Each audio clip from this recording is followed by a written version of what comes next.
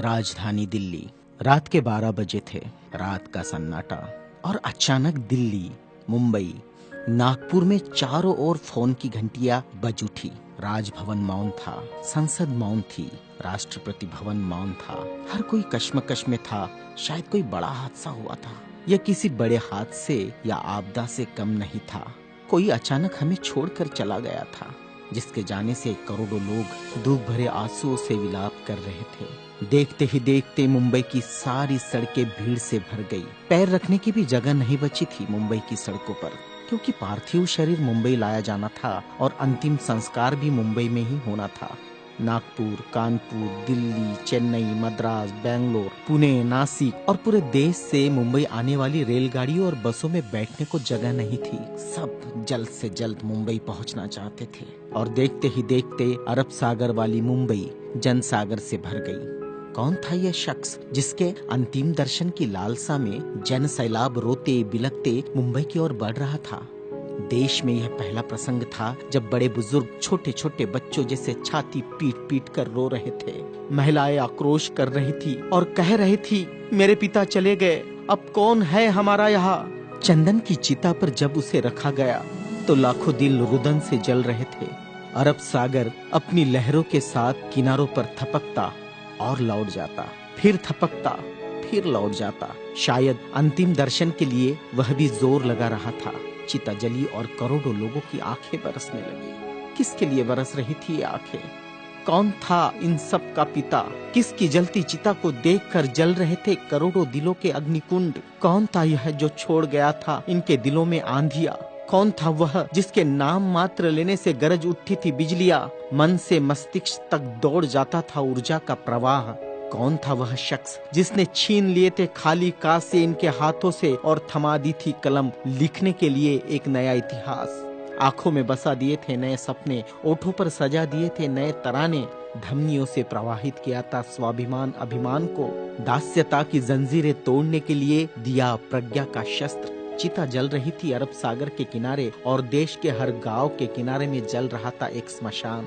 हर एक शख्स की आंखों में और दिल में भी, जो नहीं पहुंच सका था अरब सागर के किनारे, एक टक देख रहा था वह उसकी प्रतिमा या गांव के उस झंडे को जिसमें नीला चक्र लहरा रहा था, या बैठा था भूख प्यास भूल कर अपने समूह के साथ उस जगह जिसे वो बुद्ध विहार कहता था। क्यों गांव शहर में सारे समूह भूखे प्यासे बैठे थे उसकी चिता की आग ठंडी होने का इंतजार करते हुए। कौन सी आग थी जो वह लगाकर चला गया था? क्या विद्रोह की आग थी या थी वह संघर्ष की आग? भूखे नंगे बदनों को कपड़ों से ढकने की थी आग? असमानता की धज्जियां उड़ाकर समानता प्रस्थापित करने की आग? चवदार तालाब पर जलाई हुई आग अब बुझने का नाम नहीं ले रही थी। धू धू जलती मनुस्मृति धुएं के साथ खत्म हुई थी। क्या यह वह आग थी जो जलाकर चला गया था वह? सारे ज्ञानपीठ, स्कूल, कॉलेज मरुभूमि जैसे लग रहे थे। युवा युवतियों की कलकलाहट आज मौन थी। जिन्होंने हाथ में कलम थमाई, शिक्षा का महत्व समझाया, जीने का मकसद दिया, राष्ट्र प्रेम की ओतप्रोत भावना जगाई, वह युगंधर, वह प्रज्ञा सूर्य काल के कपाल से ढल गया था। जिस प्रज्ञा तेज ने चेहरे पर रोशनियां बखेरी थी, क्या वह अंधेरे में गुम हो रहा था? बड़ी अजीब कश्मकश थी। भारत का महान पत्रकार, अर्थशास्त्री, दूरदृष्टा क्या दृष्टि से ओझल हो जाएगा? सारे मिलों पर ऐसा लग रहा था जैसे हड़ताल चल रही हो। सुबह शाम आवाज देकर जगाने वाली धुआं भरी चिमनियां भी आज चुपचाप थी। खेतों में हल नहीं चला पाया किसान। क्यों? सारे ऑफिस, सारे कोर्ट, सारी कचहरियां सूनी हो गई, जैसे सूना हो जाता है बेटी के विदा होने के बाद बाप का आंगन। सारे खेतीहर मजदूर, किसान असमंजस में थे। ये क्या हुआ? उनके सिर का छत्र छीन गया। वह जो चंदन की चिता पर जल रहा है, उसने ही तो जलाई थी जबरान जोत।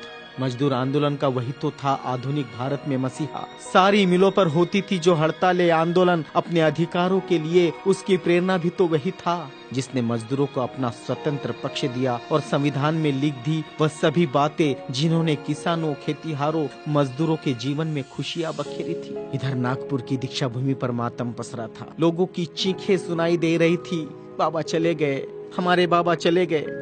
आधुनिक भारत का वह सपुत्र है जिसने भारत में लोकतंत्र का बीजारोपण किया था, जिसने भारत के संविधान को रचकर भारत को लोकतांत्रिक गणराज्य बनाया था, हर नागरिक को समानता, स्वतंत्रता और न्याय का अधिकार दिया था, वोट देने का अधिकार देकर देश का मालिक बनाया था।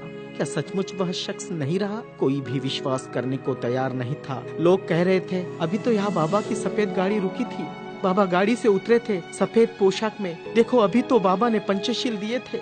22 प्रतिज्ञाओं की गूंज अभी आसमान में ही तो गूंज रही थी।